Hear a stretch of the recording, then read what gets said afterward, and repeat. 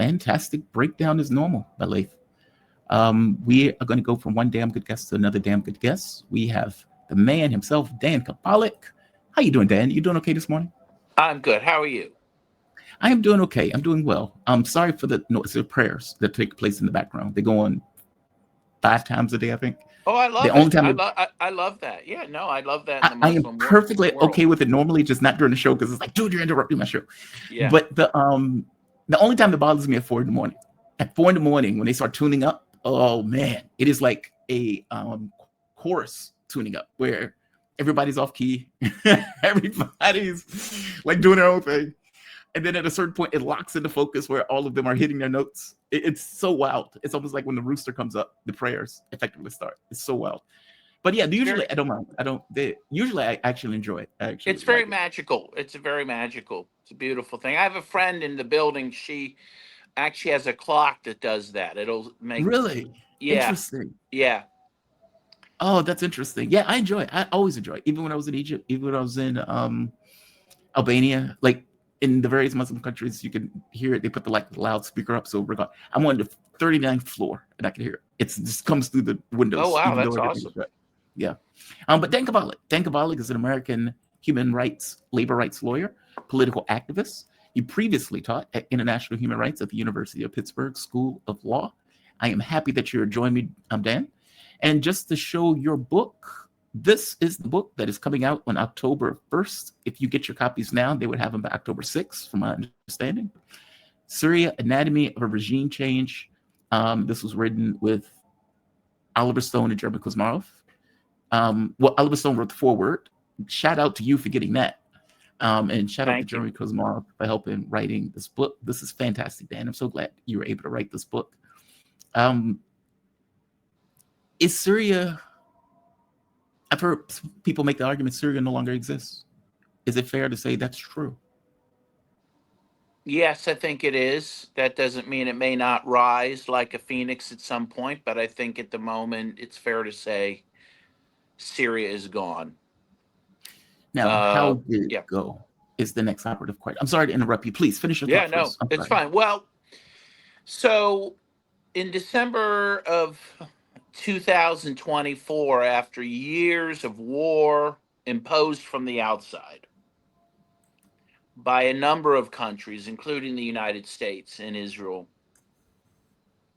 after brutal economic sanctions that left the country totally impoverished, with people having electricity about 2 hours a day, there being little food.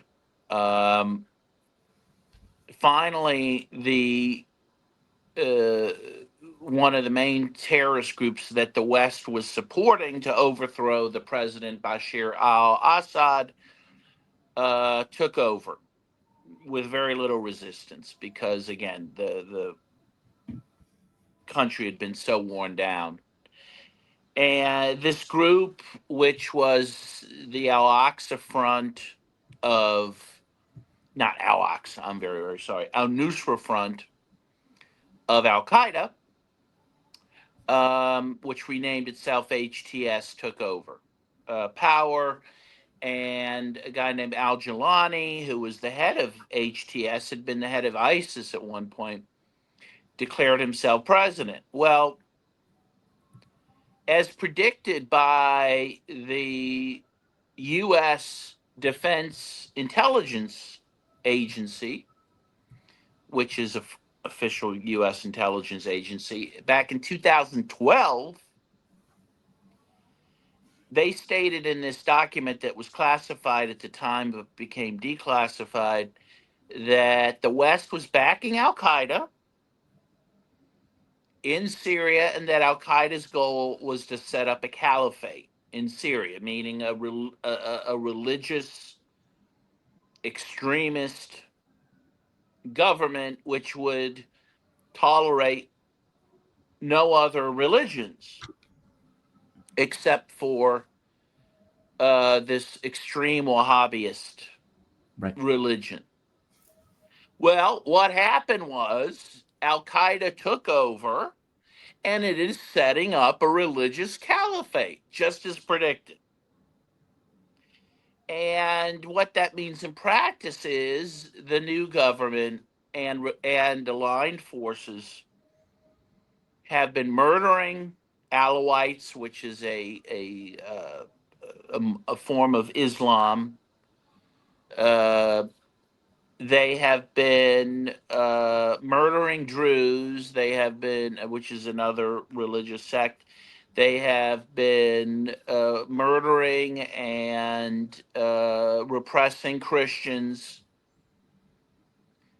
um, and also doing the same to Shia, many of whom left right away anyway for fear of what the new government would be like. And so this country, which historically has been a tapestry of different religions, ethnicities, it's not that anymore. Yeah. And meanwhile, Israel's taking over huge swaths of the south. Turkey's taken over parts of the north. The U.S. still occupies 1/3 of the country in the east. Um, so there is no nation state that's recognizable as Syria anymore. I guess the operative question is, how did it happen? I mean, you've had, because this creates arguments, which is why I'm glad you wrote this book. You have people who say, well, the Russians made a deal, called it quits, and left Syria to its devices. You have other people who say the military was paid off and in many cases was given fake or false orders. You have other people who say the Iranians were somehow involved in the collapse of Syria. What actually did happen? Give us just, yes, I know people would have to buy the book in order to get a full details No. of. I mean, I'm happy to explain. I mean, first of all, we don't focus a lot on what you're talking about is kind of how did it collapse at the 11th hour, right? And a lot of that we don't know yet, though we know some, and I'm happy to talk about that. But what we focus on is what happened in the 11 hours before that, meaning, Please. No, no. I right? mean, all Because, of it in general. yeah, Like, it be, doesn't have to be specific to the last hour. yeah, because what happened in the 11th hour only could have happened because of the years of groundwork laid for that, right? Yes. The war that started in earnest in 2011, again, that was brought to Syria from the outside, led by the United States, a war in which the U.S. and Qatar and Israel and the UAE and Saudi Arabia and Turkey supported terrorist groups like the Al Nusra Front of Al Qaeda to overthrow Assad. And so you had this brutal war with Assad and his Syrian Arabic army on one side and these terrorist groups on the other. And between 2011 and I believe 2020, if I'm getting the date right, it's in the book. About 500,000 to 600,000 Syrians were killed and millions were displaced. Many within Syria, many forced to go outside Syria, mainly to Lebanon. So, and again, the terrorists were brutal. They to the extent they were able to take over towns at one point or another, they would again do what they're doing now in those towns. They would force people to convert to their crazy religion, or kill those people, or rape those people, or enslave those people. They destroyed antiquities going back to the Roman Empire and beyond. Um, and so, first of all, you had this awful war, which itself helped destroy the Syrian economy, but which, of course, cost many lives and helped undermine the social fabric of the country. Um, and then you had these economic sanctions that the U.S. imposed dating back to the Obama administration, but then really increased under Trump with these Caesar sanctions, which again caused incredible immiseration amongst the population, including amongst the military. The military, the soldiers, and even the brass were being paid very little because there wasn't, the resources to pay them decently, and that becomes important later. So I believe, if I'm not mistaken, it's detailed in the book. It's in 2020 that a very fragile kind of ceasefire agreement is signed between the Assad government and these terrorist groups, which are allowed to go into the region of Idlib. Right.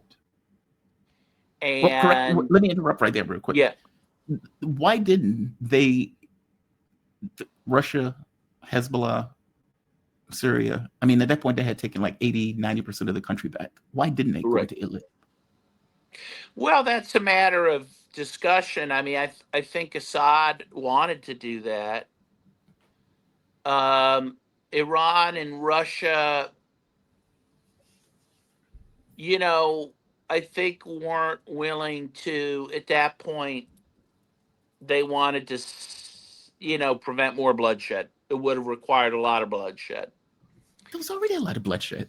Well, agreed. Like, I'm just telling you what they thought, because it okay. wouldn't have only been destroying the terrorist groups, but also it would have impacted civilians living in Idlib, right? Because the terrorists lived amongst the civilians. So, Yeah.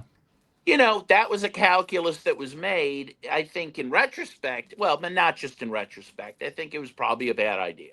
But, right, and especially in retrospect, because it allowed these groups to continue to exist, to rearm, to get a lot of support from the West, especially Turkey and Qatar, and to ultimately take over, which is what they did, right? While the rest of the country's being starved out, while the Syrian Arab army's being starved out, the terrorists are getting support, right, from the West. Yeah. And so they were better armed, in fact, than the Syrian Arab army, and had these drones that were, very important in their being able to take over the country. So, I mean, by November of 2024, the country was on its knees. And what it Mhm. does appear to happen is that the military brass, high-ranking military officials, were bought off by Qatar, which again was not hard to do because they weren't making much money to begin with. And when the green light was given for Al Qaeda to, advance upon the rest of the country from Idlib, the military brass, which was paid off, gave stand down orders to the army at very strategic times and locations, right? Because the grassroots, the low ranks, the main ranks in the military were willing to fight, right? The ground soldiers were willing to fight. But they were told oh, okay, we're going to do a strategic retreat, so just retreat now, and they'd be like, okay, Following orders. yeah, and then Al Qaeda would advance on another city, and they'd be like, okay, we're going to strategically retreat again, Oh, and I by see. the end, they had retreated so far that the country was lost. So it wasn't like they were these supermen, these super terrorists. It was more No, so. they took over with almost no fight, and this took, if we're to believe the Russians and actually the son of Assad, who has spoken publicly about this, his dad sent a letter out after he left the country, went to Russia, but the letter didn't say very much. It was kind of a nothing. But Yeah. his son said what happened was that, again, Assad was willing to fight. He had gone from Damascus to Latakia to oversee fighting against Al Qaeda, and is told at some point by the Russians, we can't hold the country if you don't leave now with us You're going to be to captured. Russia. You and your family will meet the same fate of Gaddafi in Libya. And so he left. And again, the son explains that he believes there was treachery within the high ranks of the military, which seems to be true. Now, so that's that story. So then there's the question of Russia and Iran. Well, why didn't they fight harder or at all at some points to defend the country? What the Russians and Iranians will say is that they were willing to defend Syria. But when they saw that the Syrian army was not willing to do it, they decided they would not do it for them. That is to say, they would fight with them, but they weren't going to be the substitute for the Syrian Arab army, right? Yeah. They weren't going to do it if Assad's own army wasn't going to do it. They didn't feel it was appropriate, number one. And number two, it was, it put them in a very difficult position. So, at least if you believe what they're saying, it wasn't that they abandoned the country or that they were treacherous. It was just that, again, the fix was in and they Yeah. saw it. So if there's a different story than that, I don't think we know it. It may never know it, but that's the story. But again, I think to me, that's not the big story. What happened in the 11th hour is not the big story. The big story is, How it happened yeah, over time. how Yeah. years of war and economic sanctions that could only have happened through lies about what was happening in Syria, about the nature of the Assad regime. Many of Explain that those, part. well, I I'm sorry to mean, interrupt. But no, explain I that part mean, to us. the mainstream press of the West, and not just the mainstream press, even outlets like Democracy Now, which we mention in the book, Hmm. a lot of ostensibly leftist pundits uh, vilified Assad and really lent support um, to the war against Assad, which they portrayed as some sort of popular uprising, which it never was. It was a war brought from the outside, in which about a third of the fighters fighting Assad weren't even Syrian; they were foreign fighters Yeah. from all over the world. And when I say all over the world, I mean it. So, we give the figure at one point, the ambassador to the UN from Syria explained that they had captured uh, passports amongst the fighters, the anti Assad fighters, from 101 different countries. What? That's over half the countries of the world. This was a world war against Syria. In fact, there is a book called The World War Against Syria, which we do cite in our book. But again, the mainstream press was unanimous in saying, no, this is an uprising. They downplayed the role of terrorists. In fact, they said, oh, Assad claims he's fighting the terrorists in Syria. That's his propaganda. That's Putin's propaganda. When in fact, oh, guess who won? The terrorists. So I guess it wasn't propaganda, was it? Right? And now the U.S. has recognized Al Qaeda as the head of Syria. And in fact, Al Jilani was in New York City Yep. walking amongst us, speaking at the UN, right?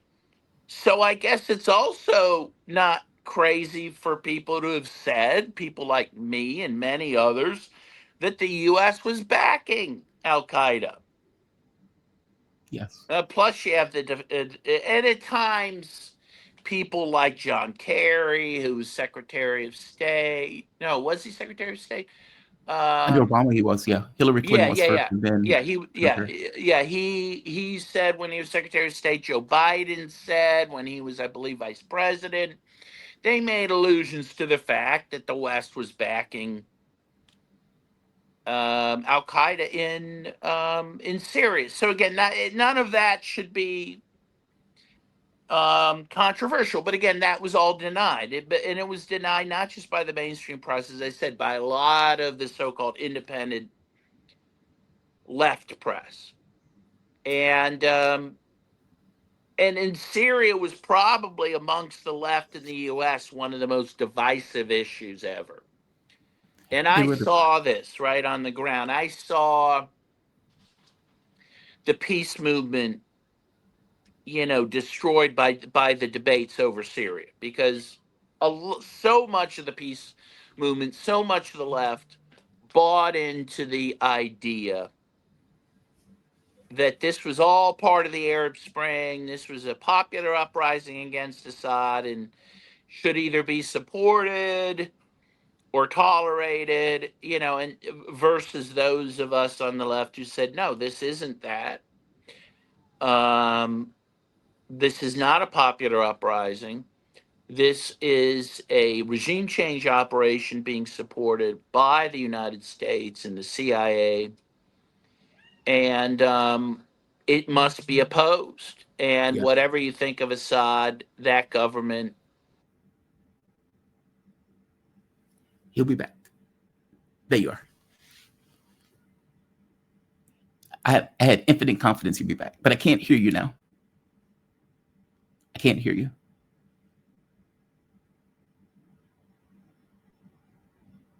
Come back to me, Dan. Come back to me. Still can't hear you. Okay. All right. He'll be back. I have infinite confidence that he will be back. um, yes, this was within my living memory. Free Syrian Army. There was that. Free Syrian rebels. There was that. There was this idea that they were trying to put out that these terrorists were somehow different than terrorists, and so we should back these terrorists. It is insane stuff that they were putting out. You even had a situation where the military was fighting, CIA-backed terrorists were fighting the U.S.-backed military terrorists. It's just outrageous. Oh, Dan, I'm sorry. Let's try Sorry this one about more time. that. No, you're fine. I'm trying to.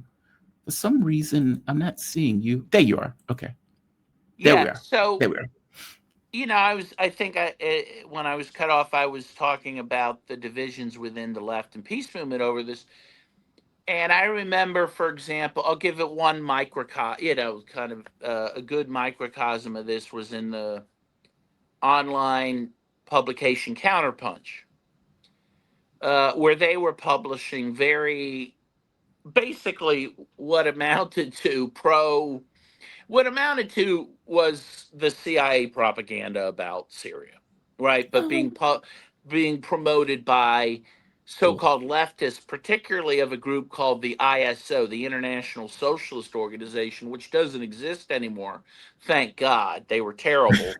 They were a right-wing Trotskyist group, and and they were given a platform in various places, including Counterpunch, to spew again what was nothing but CIA nonsense, supporting the terrorists in Syria. And actually, the editorial body of Counterpunch started censoring people who took the other line, who were against the Western backed operation there. Those people started not being published on Counterpunch. So they started becoming. This was after Alexander Coburn had died, and one of the co-founders Counterpunch and Jeffrey Sinclair, who was good, but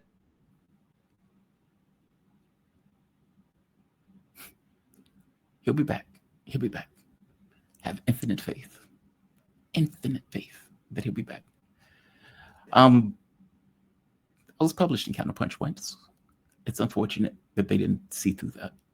And by the way, just to back what he's saying up, if you remember, the New York Times came out with an article the moment that Obama got out of office and was pointing out that this was one of the most expensive operations in order to get rid of Assad, that they spent billions of dollars. Here we are. Sorry about that. Sorry. You're fine. You're fine. Okay. You're perfectly fine. Yeah. You're perfectly fine. I'm very sorry. Yeah, so this was just a microcosm of what was happening on the left. I mean, and I'll get, in Pittsburgh where I live, the Thomas Merton Center, which was the 50-year-old Just Peace and Justice Center, it was very much torn apart by this debate. So this was a perfect storm for the peace movement, which really was, it was already in trouble. Let's be honest, but this really helped kill it. How did they get suckered into this? I mean, even for one, Hillary Clinton was Secretary of State. John Kerry, Secretary of State. They couldn't even figure out what to name the terrorists that they were using. Oh, we're going to call them Free Syrian rebels. We're going to call them the Free Syrian Army, which were terrorists. I mean, by the way, yes, they were just terrorists. And the the Al Nusra Front of Al Qaeda was one of the groups that was part of the Free Syrian Army, which Obama admitted to supporting the Free Syrian Army at one point. Said those are our guys. They were terrorists.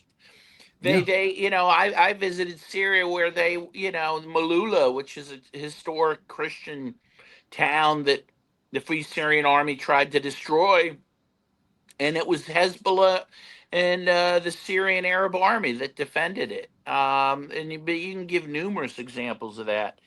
So I mean, it deserves a greater discussion. But why did people buy it? Because the left, since the collapse of the Soviet Union, has been rudderless. It really has been confused. It has been easily misled into supporting crazy things like the NATO invasion of Libya as well. Again, democracy now jumped on that bandwagon too. A lot of the left bought into this humanitarian interventionist doctrine that the Democrats used to justify U.S. wars, right? I mean, at least the Republicans, they're a little more honest about U.S. war aims. Like, Trump said about Syria, we control the oil there and we want the oil and we're going to stay there to take the oil, which is true. And Obama did the same thing, but Obama didn't talk about it in those terms. He talked about it in terms of human rights. Which was nonsense because, of course, the war in Syria totally undermined and destroyed human rights. But a lot of the left bought into that because they lost their way. They really weren't left anymore. They were really liberal, and they were willing to go along with the liberals in their crusades in these countries. And and I don't know, we'll see what the future holds in terms of the debates over those types of issues in the future. I think the genocide in Gaza probably destroys any idea that the U.S. ever does fight for human rights in the world. I mean, of course, that genocide has now been going on through two administrations, one Democrat, one Republican. Right. But again, the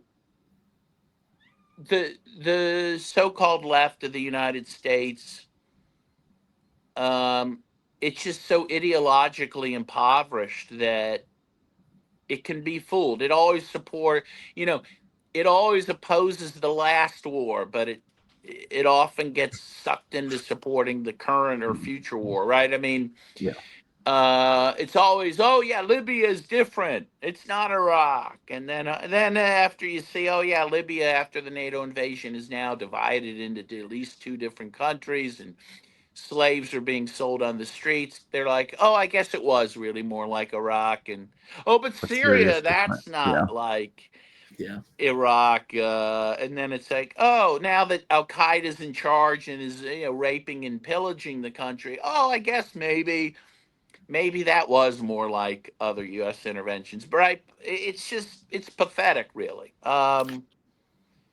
And what was Syria? the yeah. Mhm. No, no, no. Please finish that. I'm sorry. There Well, was a those pause. of us who took a different line were called Assadists and Putinists and all kind. I've been getting that for years. Though we've been utterly proven right every time. Yep.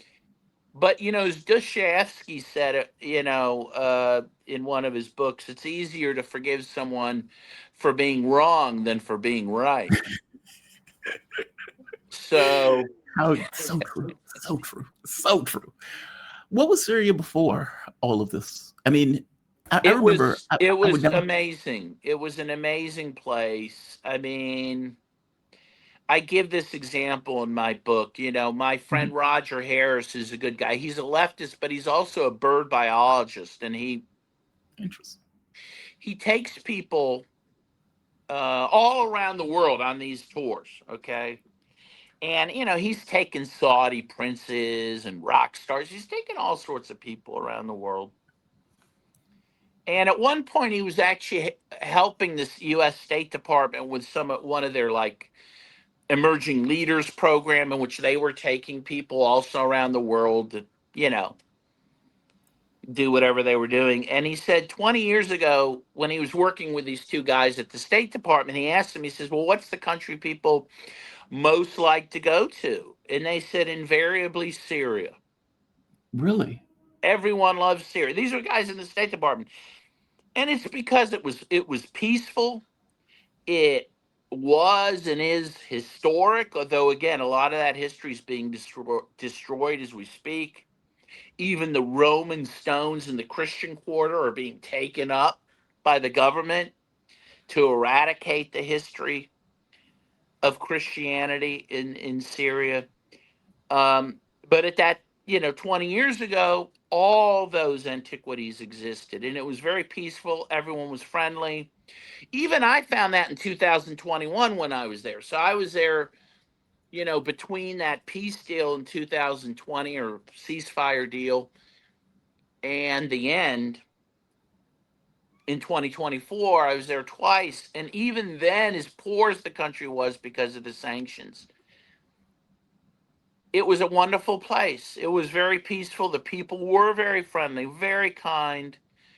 Um, and you could go around at night, which I did, and feel safe. And again, walk the stones where St. Paul walked. And it was an amazing place, And then I went back after the overthrow of Assad, and things were changing. They hadn't really reached the blood thirsty crescendo that they would a couple months after I left. But even then, you could see that sectarianism was beginning to take hold in the country. The Christians were afraid and leaving the country. The Shia had already a lot of them had already left to Lebanon. Alawites were already being murdered. Um, so the U.S. and its partners took a country that should have been the crown jewel of the world, that should have been protected as a world. I'm using a term that UNESCO uses, but as a World Heritage Site, as something all of us could enjoy and appreciate. Instead, it was destroyed, Yeah. and purposefully so. And I am just gobsmacked by it. This happens time and again in Syria, in Iraq, in Libya, Somalia, Congo. I mean, just go down the line. the U.S. just takes these countries and breaks them and calls it democracy. And And the again, public that, here. that there are leftists who fall for it, I find utterly inexcusable. That's why I'm on a rant. I just was so shocked at the positions people took Well, about they that. try. And also, they're the same people who support Ukraine, and it just goes on and on. Those people Um, aren't leftists. Those people are Democrats. There's a difference. right, but some call themselves leftists anyway. Some fancy themselves as leftists. Um, but what is a leftist anymore? It's hard to say. I mean, in reality. So, Yeah, I but just that's assume where we're at. Democrats. But that's why we wrote this book. I mean, to try to say, it's not crying over spilt milk. It's saying, look, this is what regime change looks like, and we can't keep ignoring this or supporting this. I don't think it's crying over spilled milk. It's there's a reason that Russia has the Great Patriotic Celebration each year. There's a reason that China just had theirs. When people lose, when you have this mass loss of life and this mass loss of, let's say, infrastructure, where a lot of people get killed, you try to put a circle around it and say this was outrageous. This shouldn't happen again. I mean, that was the whole point of never again, right? Never again should we Yeah. allow people to go to slaughter. Okay, well, why are they saying that? They're saying that because it's something that is of such gravity and magnitude in regards to the carnage that took place, that you try to circle it and say this shouldn't happen again. This was a negative outcome. This should not have taken place. And these are the people who did it. And then when you see it happening over and over again, well, yeah, it's it's you have a single actor in the world that has made it its own mission to effectively destroy other countries. Yes. And you know what's wild about that? That goes all the way back to George Bush, not the first George Bush. From my understanding, George Bush wanted to take down Iran, and they realized that Syria was one of the main, let's say, countries that they needed to take down before they could get to Iran, in which case they started using these kind of counter operations against Syria. It might have reached this high mark by the time you got to Obama, but this had been going on even before Obama took in office. No, second George Bush W had started this. Yes. And it's Yes. not like policy doesn't radically change between presidents. All of them No. had a very similar No. policy. Oh yeah. And again, Iran is on the carving block now, and I've been to Iran, and again, that's a beautiful country with ancient antiquities, and again, that will all be destroyed if the West gets its way there. Venezuela is on the chopping block. We have, the Navy now already is what murdered another group of people on a ship, a second 14 ship they've people. destroyed Yep. in the Caribbean to try to provoke a response by Venezuela that would justify an invasion. Yeah, I mean, there's always another regime change operation around the corner. Many think what's happened in Nepal is also Western backed regime change. Um, so we have to be vigilant, and we need to raise our voices against this. And yeah, that's why we wrote this book, because but Syria is one of the more ugly ones. I mean, really, it will go down as one of the most shocking destructions of a nation. Yeah, means to an end. One of the audience members pointed out, well, we didn't get much oil from Syria. It wasn't about the oil. I mean, you can go into that if you want, but we didn't take Syria for oil. We took Syria because it was a stepping stone to get to Iran. The oil Well, was means to an I end. think, yeah. I mean, I think. Well, there was a few reasons. I mean, I do agree. I mean, it's part of the general overall desire of the West to have dominance over the Middle East, right? It's partly that. It's partly to fulfill Israel's dream of a greater Israel, which they see themselves as wanting to take over huge swaths of the Middle East, including huge parts of Syria. It's partly Mhm. that. There is a question about a big pipeline that the U.S. wanted to go from Qatar through Syria instead of from Russia through Syria, which is what Assad wanted. So that was part of it. Um, Again, Trump himself did say, you know, The U.S. is occupying, Syria to get the oil, and we're going to keep doing that. So, I mean, again, we're very honest about that, or he was Yeah. honest about that. So, I mean, there's a lot of reasons for it. But I think, yeah, I mean, in the end, the U.S. wants to dominate the entire world. I mean, U.S., unfettered capitalism led by the United States wants to make the entire world A market. in its image and likeness, right? And it wants to turn countries like Syria into a giant parking lot, with Starbucks and McDonald's there. In all these traditional societies, communal societies are being destroyed in the process, and that's seen as progress by these maniacs that run our country. So there's a lot going on there. Yeah. Dan, I don't think it's just the maniacs that run the country. It's also the people in the country that just agree. Like, it's Sadly, not, yeah. it's, like if you went to Nazi Germany and you were talking to the people that were on the ground, most would agree. Or most would, at the very least, would be neutral. It's like, well, we're Germans. We're exceptional. I mean, of course we can do this. I feel the same energy with the US, where it's like, for example, I'll give you a perfect example. They would say, well, I mean, it's Venezuela. It's like, okay.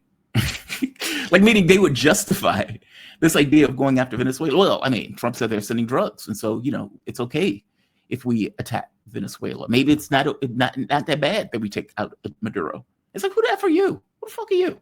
Like, rando eating bonbons will make the argument, yeah, but it's Maduro. He's a bad guy. And they would say the same thing about Saddam Hussein. They would say the same thing about the Ayatollah. They say, oh, Iran can't get a nuke. Who the F are you? Israel has nukes. Yeah, but Iran should have a nuke. And so Right. they would justify all of this stuff. There's, as you point out, where's the anti-war movement? There isn't one. There just isn't one. You have like Thomas Massey and Rand Paul. I don't know any that are on the left.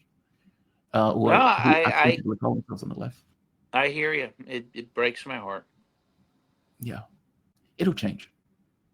There was somebody who says, I hate everything. It'll change. It has to change. This will collapse. There's no way this can keep going the way it's going. All empires fail. And they typically fail for the exact same reasons. And if you're looking at books like Peter Turchin, if you're looking at analysis of why governments collapse, we're in that arc. We are heavy in that arc. So, well, and I agree. I mean, the empire will collapse. The sad thing is our duty is to make sure it doesn't take, it threatens to take many, many people and civilizations down with it. And it's that we have to stop. We need to ensure that it's a collapse that is done in a responsible and the most peaceful way possible, because otherwise it's going to be ugly, and we're seeing that right now. I don't know what a responsible collapse is, Dan. It's a collapse. Yeah, but I know what you mean. The U.S. is lashing out as it collapses, right? We need that. It's that we need to resist. I listened to, and I'll let you go after this. I listened to a history professor today, and he was given this, he was talking about the US, and he was given this parallel between the United States and Athens. It was riveting. And the point that he made was, in Athens, they made this kind of collection of states, kind of like NATO, and they put this money in a pot that was supposed to be there in case they were attacked by the Persians. Athens took the money and made a statue to Athena, I think he said, and then started trying to get tribute from other nations, effectively going to allies saying, you need to give us money, you need to give us tribute, you need to do this, you need to do that. And he was making this parallel to the way that Donald Trump is acting, effectively blowing up Nord Stream, damaging Germany, going to countries that are supposed to be allies, getting more money from them in this kind of mafia type way. Athens eventually gets into a fight with Sparta that the other nations back, and they get more rambunctious in regards to trying to extract tribute and money. They burn down the statue of Athena. Like, there's a level of desperation that is being displayed that we've seen in a historical context that the United States is effectively emulating up to the point where Athens loses the war to Sparta. To your point, Athens nor Sparta had nuclear weapons. Right. There's that. That's the problem. Yeah. Dan, you're fantastic. And just so the audience can see the book, it's called Syria, Anatomy of a Regime Change. This is the way the book looks. Shout out to Jeremy Kuzmarov, who also helped write this book. Shout out to Oliver Stone for the foreword. It is fantastic that you were able to get Oliver Stone. I'm so impressed by that. There we are. That's the book. It'll be out in October. I think they said they can deliver by October 6th on Amazon. So definitely check the book out. You only got a tasting of it here, a morsel, a tiny, tiny bit of it. And if you want to know how it collapsed, it wasn't the last hour. It was 11 hours before. That was the main issue. So thank you for this, Dan. I appreciate it, man. Thank you. No, thank you. Thanks for having me on. I look forward to next time. Absolutely. You be safe. Have a good day, okay? You too. Thank you. All right. And, I should give him his flowers. Dan Kovalik. Dan Kovalik is an American human rights, labor rights lawyer, political activist. He previously taught at the International Human Rights, or he previously taught international human rights at the University of Pittsburgh School of Law. Shout out to Dan. Shout out to Dan.